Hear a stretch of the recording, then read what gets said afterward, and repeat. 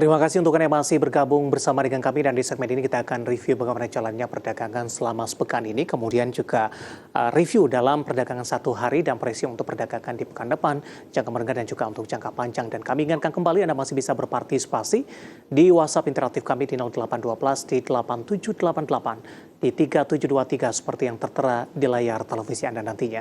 Dan saat ini kami sudah terhubung melalui Zoom bersama dengan Bapak Kiswoyo yang merupakan Head of Investment Reswara Gian Investa. Kita akan langsung sapa saja Pak Kiswoyo. Selamat sore, apa kabar Pak? Ya, selamat sore. Terima kasih Pak Kiswoyo sudah meluangkan waktu di IDX Channel. Hari ini indeks harga saham gabungan kembali tertekan. Pak Kiswoyo kembali meninggalkan level 6.700-an. Posisi saat ini melemah cukup dalam di 0,48%. Indeks harga saham gabungan dalam beberapa hari terakhir cenderung tertekan ketika dari bursa Amerika, bursa Asia dan juga bursa regional Asia lebih cenderung mengalami penguatan, bahkan beberapa indeks juga mencatatkan rekor. Bagaimana analisis Anda secara keseluruhan pergerakan indeks harga saham gabungan selama sepekan ini, di mana kecenderungan dari sisi sentimen dari sisi global lebih cenderung positif ini Pak? Sebetulnya ISG memang sudah dari akhir tahun, dari awal tahun gitu ya, sampai dari akhir tahun kemarin, itu memang mereka ISG itu dalam reset way. Jadi reset way-nya cukup besar dengan level psikologis di bawah 6.500, atasnya 7.000. Tapi tidak 6.500 bulat, tapi mungkin kalau saat ini ada level 6.600 dan 6.550 untuk menjadi level support ISG. Lalu antara 6.500 dan 7.000 level psikologis atas itu ada garis tengahnya di 6.750. Sehingga makanya ada godaan kalau ISG tidak berhasil menembus 6.750, itu di atas 6.750 dia akan mencoba mendekati ke arah 7.000. Kalau gagal ya dia balik lagi ke bawah lagi gitu. Jadi memang kalau kita lihat saat ini dengan posisi di angka 6681, ini artinya memang sudah dekat banget dengan support. Dan ini momen tepat untuk beli, lalu setelah itu kita tinggal berharap IHSG untuk naik ke atas. Dan kalau lihat dari chart itu ada kemungkinan seperti model-model triple bottom. Ada yang bilang, kalau orang teknikal bilang kayak model-model kayak triple bottom, jadi sudah bikin 3 kaki di bawah, tinggal menunggu atasnya sekali lagi. Semoga bisa tembus level 7.000, seperti itu. Jadi kalau kita lihat memang beberapa saham blue chip juga masih murah, jadi model kayak seperti BBRI sama Mandiri, terus juga Astra, Telkom, itu belum bikin new high ya. Kalau kita bicara BRI dan BCA itu sudah mungkin lebih dari 2 kali tahun ini bikin new high lagi gitu kan. Jadi 4 saham ini menarik banget untuk perbankan. Mungkin Bank Mandiri sama BBRI yang belum bikin new high. Terus Astra Internasional dan Telkom juga belum bikin new high juga. Jadi 4 saham ini menarik untuk dibeli di saat-saat seperti ini gitu. Baik Pak Kiswoyo, sebenarnya berapa level support yang akan disentuh oleh indeks harga saham gabungan? Tadi Anda katakan posisi saat ini di 6681 ini hampir menyentuh level support ini, dan sekaligus proyeksinya untuk perdagangan di pekan depan ada potensi pembalikan arah tidak untuk IHSG? Betul, potensi pembalikan arah kalau sudah angka 6.600 ini biasanya potensi pembalikan arahnya sudah sangat besar, karena memang level bawahnya adalah 6.600 atau 6.550 paling bawah seperti itu. Baik, kalau kita lihat secara year to date Pak Kiswoyo, bagaimana Anda melihat pola pergerakan indeks harga saham gabungan ini yang sebelumnya juga sempat mengalami kenaikan yang sudah cukup signifikan? Apakah posisi ISG ini sudah normal kembali atau posisinya sudah mulai ke tahapan awal sebenarnya, karena beberapa waktu lalu sejumlah analis mengatakan penguatan indeks harga saham gabungan ini dinilai terlalu cepat Pak? Sebetulnya ini kita dilihat dari sisi IHSG secara tahunan ini kita masih murah banget, masih rendah. Karena saya termasuk orang yang masih optimis bahwa IHSG harusnya tahun ini ada angka di atas 7.500. Jadi ibaratnya ini hanya tinggal menunggu momen, saya tidak tahu kapan naiknya saja. Tapi ini harusnya sih setelah ini kita akan menuju naik, karena kita tahu bahwa IHSG adalah gambaran 6 bulan ke depan ekonomi Indonesia. Kalau kita tahu ekonomi Indonesia disokong oleh konsumsi domestik, dan konsumsi domestik kita itu kemarin Lebaran juga harusnya lebih baik-baik saja, bahkan lebih baik, karena terbukti dengan macetnya jalannya di mana-mana. Traffic juga saat ini juga masih macet di Jakarta. Jangan lupa pula tahun ini adalah tahun politik, di mana MK juga sudah memutuskan bahwa ini caleg yang dipilih bukan pakai parpolnya, jadi terbuka sistem pemilunya. Ini otomatis dengan sistem terbuka, caleg yang dipilih, caleg itu akan dalam tanda kutip mengeluarkan banyak uang untuk dibagikan kepada masyarakat. Dan otomatis masyarakat kita kalau dapat uang itu pasti konsumsi, nggak mungkin ditabung. Nah kalau konsumsi itu otomatis ekonomi kita akan bergerak lebih cepat lagi, lebih besar lagi, sehingga harusnya pertumbuhan ekonomi Indonesia untuk tahun ini aman, di atas level 5% itu harusnya bisa. Baik. Gitu. Jadi Harusnya IHSG juga bisa untuk menuju new high lagi di atas 7.500 untuk tahun ini. Oke, sebelum kita membahas untuk saham-saham big cap dan mungkin misalnya salah satu saham-saham pilihan yang Anda rekomendasikan di tengah koreksi dalam harganya masih murah terjadi. Di luar dari saham-saham big cap, Pak Kiswoyo, hari ini sektor kesehatan tampaknya juga menjadi pemberat bagi indeks harga saham gabungan. Tadi sudah kita sampaikan informasinya dan masuk ke dalam topik kami untuk hari ini, kebijakan-kebijakan yang dikeluarkan oleh pemerintah, pelepasan masker, kemarin sebelumnya juga PPKM juga sudah dicabut begitu kebijakannya, dan tampaknya ini memberikan efek yang cukup signifikan terhadap saham-saham yang ada di sektor ini. Bagaimana Anda melihat perkembangan dari sektor kesehatan sampai dengan kuartal pertama 2023 dan prospeknya sampai dengan akhir tahun nanti? Betul, jadi memang saham sektor kesehatan itu kan seperti komoditi atau juga properti, itu ada siklusnya. Jadi siklusnya kesehatan sudah lewat, nanti kalau kecuali ya dalam tanda kutip, artinya kalau ada bencana besar penyakit lagi, mungkin kesehatan baru akan bangkit lagi. Kalau sektor yang tidak ada siklusnya, itu mungkin kayak seperti perbankan, karena itu juga backbone-nya IHSG. Terus juga mungkin ada sektor consumer, artinya mereka berdua itu dalam kondisi apapun juga perbankan tetap dibutuhkan, consumer juga tetap kita pakai gitu kan. Nah, dua itu sebetulnya sektor yang tidak ada siklusnya. Kalau kita bicara kesehatan dan komoditi ini sektornya agak berbahaya, dan properti ya, itu ada siklusnya. Kesehatan sudah lewat, ini komoditi juga seperti saat ini lagi ramai kan PTBA ya. Kemarin kan ada bilang RUPS kemarin sore. Ini memang dividennya sangat besar, ini wajar karena memang tahun kemarin itu mereka lagi booming harga komoditi. Yang dikhawatirkan adalah tahun ini, apakah laporan keuangannya bisa sebaik tahun kemarin, dan kita tahu bahwa harga-harga komoditi, harga jual mereka sudah mulai pada turun.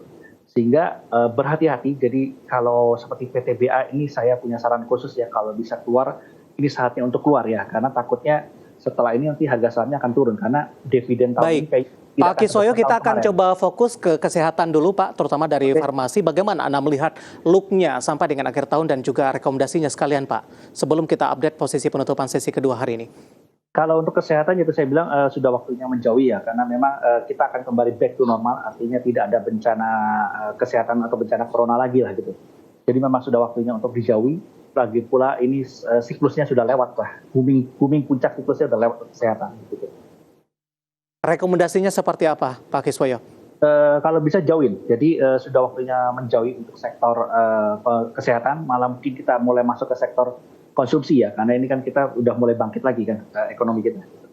Baik, review dan rekomendasi dari saham-saham kesehatan pemirsa yang hari ini menjadi pemberat untuk indeks harga saham gabungan, dan tadi direkomendasikan untuk beralih atau rotasi sektor ke beberapa sektor lainnya, diantaranya adalah konsumsi, mengingat dari ekonomi masih terjaga, kemudian juga mobilitas masyarakat juga sudah terbuka dan konsumsi juga masih mengalami peningkatan, dan juga dengan adanya momen pemilu di tahun 2024 nanti.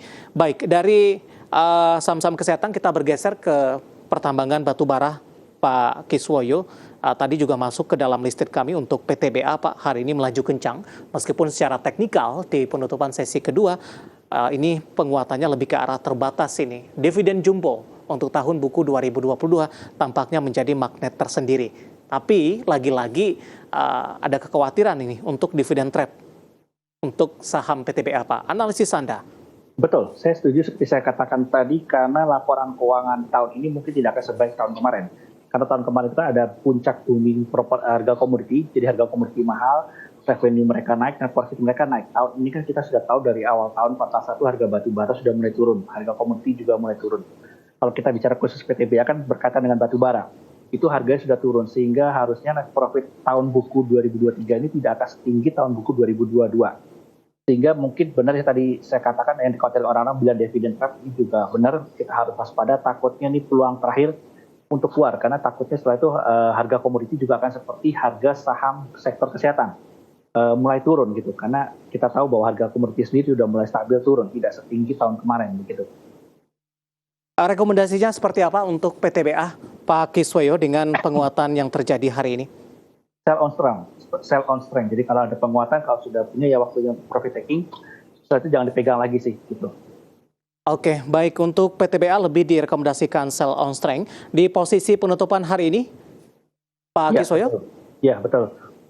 Tadi PTBA sempat naik di atas 11%, Pak. Apakah ini mempengaruhi tidak dengan penguatan lebih ke arah terbatas? Para investor juga sudah mulai mengurangi posisi dengan capaian penguatan signifikan hari ini. Kalau dilihat tadi ada high 4.060, ada penjualan cukup besar juga ya dari 4.060 terus mulai ke bawah mulai turun banyak, jual banyak. Itu ada jual banyak di angka 3930.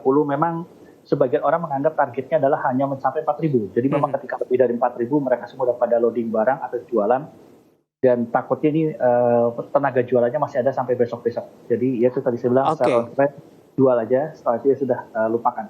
Tapi kalau ingin memanfaatkan pembagian dividennya seperti apa Pak Kiswoyo strateginya? Susah ya, karena kita belum tahu tanggal bagi dividennya berapa. Kalau mau memanfaatkan itu kita harus tunggu dulu tanggal publiknya tanggal berapa. Itu yang harus kita tunggu. Gitu. Baik, ketika Anda rekomendasikan sell on strength tidak direkomendasikan untuk buyback kembali atau rotasi sektoral lagi Pak Kiswoyo? Tidak direkomendasikan buyback, lebih baik pindah ke sektor lain aja.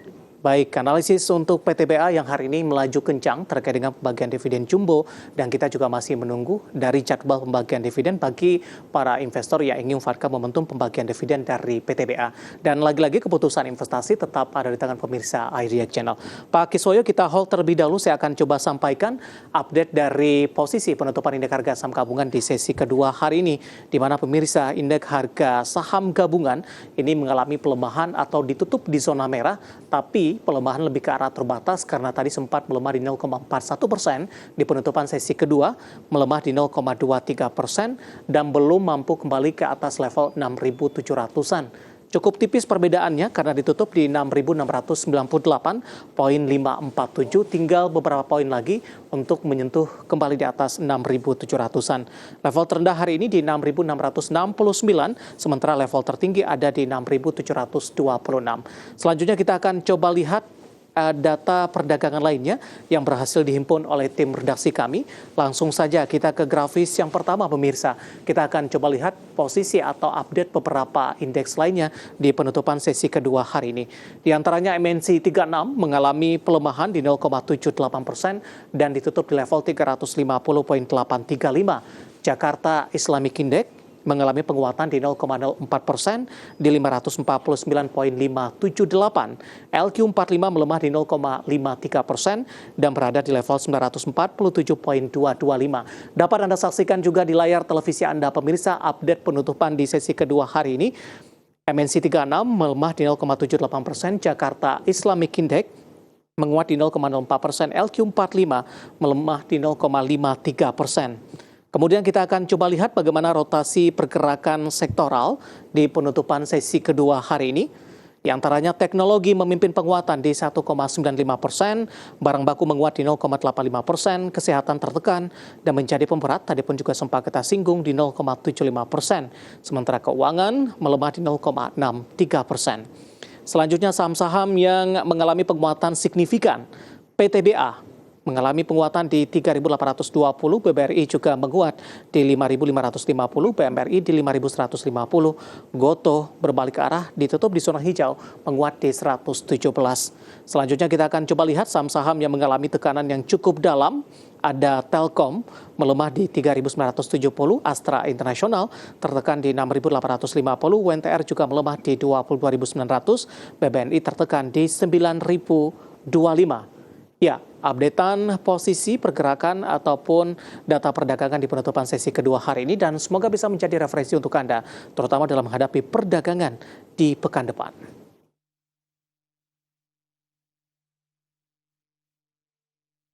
Kita akan jeda kembali dan tetap di tempat Anda karena setelah ini kita akan coba lihat saham-saham pilihan apa saja yang direkomendasikan. Dan kami juga masih mengundang Anda untuk bisa berpartisipasi di WhatsApp interaktif kami seperti yang tertera di layar televisi Anda nantinya. Kami akan segera kembali sesaat lagi.